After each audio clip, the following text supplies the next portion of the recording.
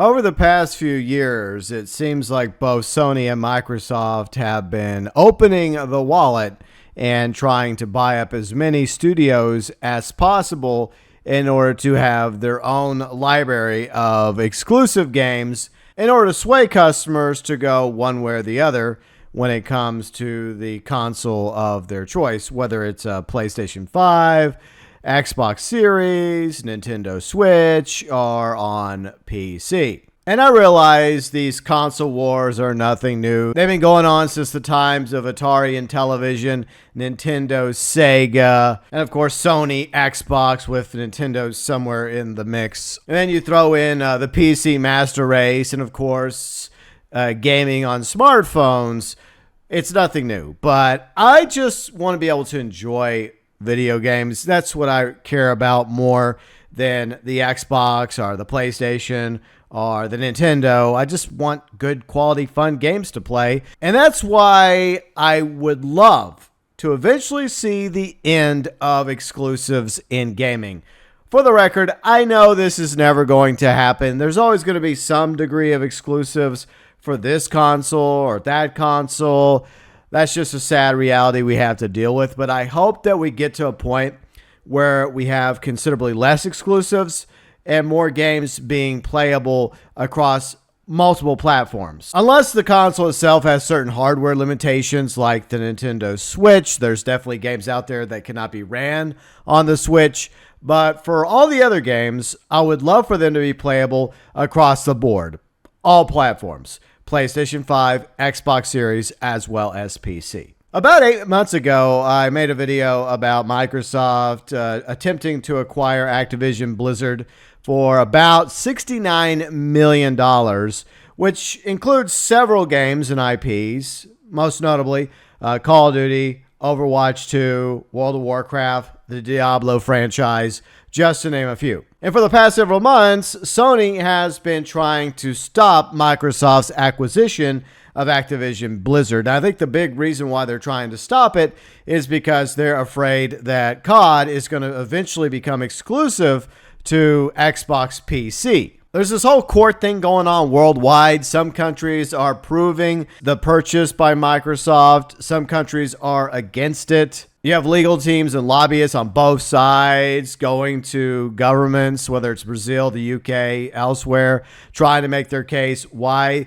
the sale is a bad idea or why the sale is a good idea. Obviously, a lot of Activision Blizzard fans think it's a great idea because it means the end of Bobby Kotick. Eventually, once this whole deal is finalized, then he can get kicked out the door. And maybe things will change for the better when it comes to Activision Blizzard underneath the Microsoft umbrella. Now, I'm not going to talk about every single game that Microsoft and Sony currently have control over or ownership over, but here's a few examples. For Microsoft, you got Halo, Forza, Sea of Thieves, Gears of War, Minecraft. They also bought Bethesda some time ago, which includes Fallout, The Elder Scrolls, Doom, Wolfenstein, Dishonored, Starfield, which is coming in 2023, and obviously the game I'm currently flying around in, Microsoft Flight Simulator. No, that's not Bethesda. That's been a Microsoft IP since the very beginning back in the 80s. But it is exclusive to Microsoft via Xbox and PC. On the other side, Sony has quite a few IPs of their own. A lot of them have been very successful the past several years, including God of War. We have God of War Ragnarok coming out soon. Spider-Man, that was a really successful game, and its sequel, Spider-Man 2, is supposed to come out in 2023. You have the Gran Turismo franchise, Ghost of Tsushima, a game that I absolutely love playing, Sly Cooper, Ratchet & Clank, Last of Us, Horizon, Uncharted, Destiny 2. Obviously, there's quite a few games that I left out on both sides. The point is, exclusive games might end up swaying a player to either buy an Xbox or a PlayStation or a Nintendo, but it also divides gamers and fuels the flames of the console wars.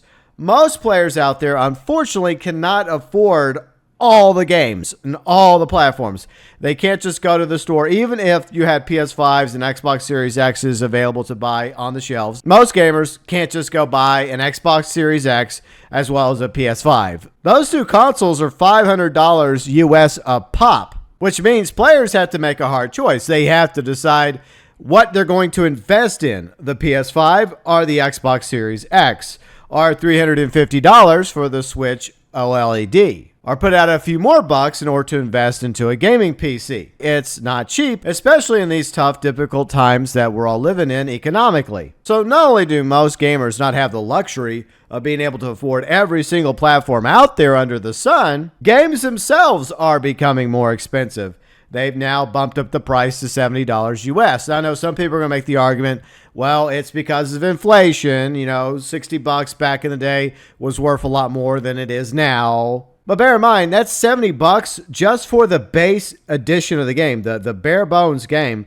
And most of these AAA games that come out now have different editions. They have special editions, limited editions, ultimate editions, super ultimate limited editions, gold editions, platinum editions, diamond editions. And if there's online multiplayer gaming, a lot of them come with eventually paid DLCs, battle passes, microtransactions, item shops. Plus, in order to play an online multiplayer game on PlayStation and Xbox, you need PlayStation Plus or Xbox Live. You also need an internet service provider, so you have to shell out money for an ISP. And don't get me started about the fact that Activision Blizzard is forcing players to have a phone number and excluding those that have prepaid phones for Overwatch 2. And I think they're going to do the same thing for Modern Warfare Numeral 2, the new COD game coming out in the near future. By the way, Upper Echelon, the artist formerly known as Upper Echelon Gaming, who does some fantastic videos,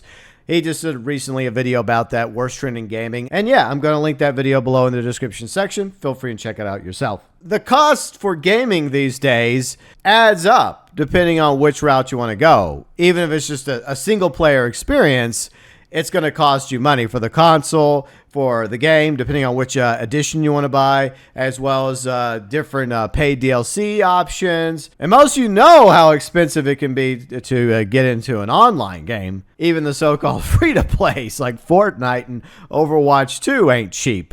The fact that it is so expensive in this day and age just to survive, to put food on the table, to pay the bills, keep a roof over your head. Now these multi-billion-dollar corporations, specifically Microsoft and Sony, are fighting over Activision Blizzard, another multi-billion-dollar corporation, in order to determine which studio is going to be able to have exclusive rights to COD, Overwatch, World of Warcraft, Diablo. Is absolutely ridiculous. And I am of the opinion, as a gamer, that the majority of the games that are owned by Microsoft and Sony could be played cross-platform. I see the logic from the corporation's point of view, Microsoft, Sony, to get as many IPs for their consoles as possible. But on the other hand, I think they don't see the forest from the trees. Not only are they upsetting fans worldwide and continuing to fuel the flames of the console war, they are denying themselves even greater profits, in my opinion, because it does cost money to buy these studios for these IPs. They're throttling the potential sales of their own games just to sell more blocks of plastic that they'll replace in about 3 to 5 years. The games themselves are what drives the multi-billion-dollar gaming industry. Imagine this future where you could have an Xbox Series X or a PS5 or their successors, and you could play games from both Microsoft and Sony on your console. So let's say you love PlayStation, but there are a few Microsoft games that you would absolutely love to play, but you currently can't.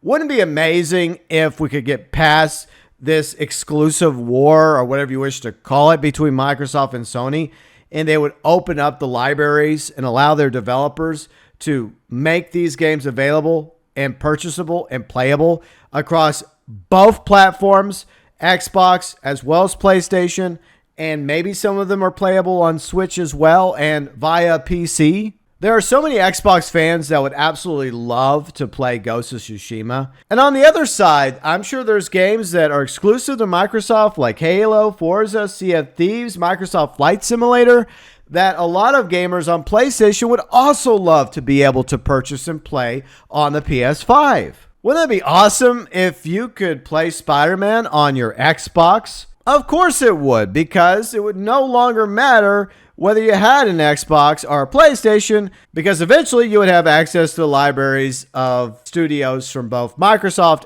and Sony to purchase and play on your console. Whether it's PlayStation or Xbox, really wouldn't matter. This would be an amazing PR move by both Sony and Microsoft, that they would just end the console war and just say, look, we're going to have our games out on our console first. Instead of exclusive games locked only to PlayStation or only to Xbox, what if we had early access instead? Case in point, look at Spider-Man.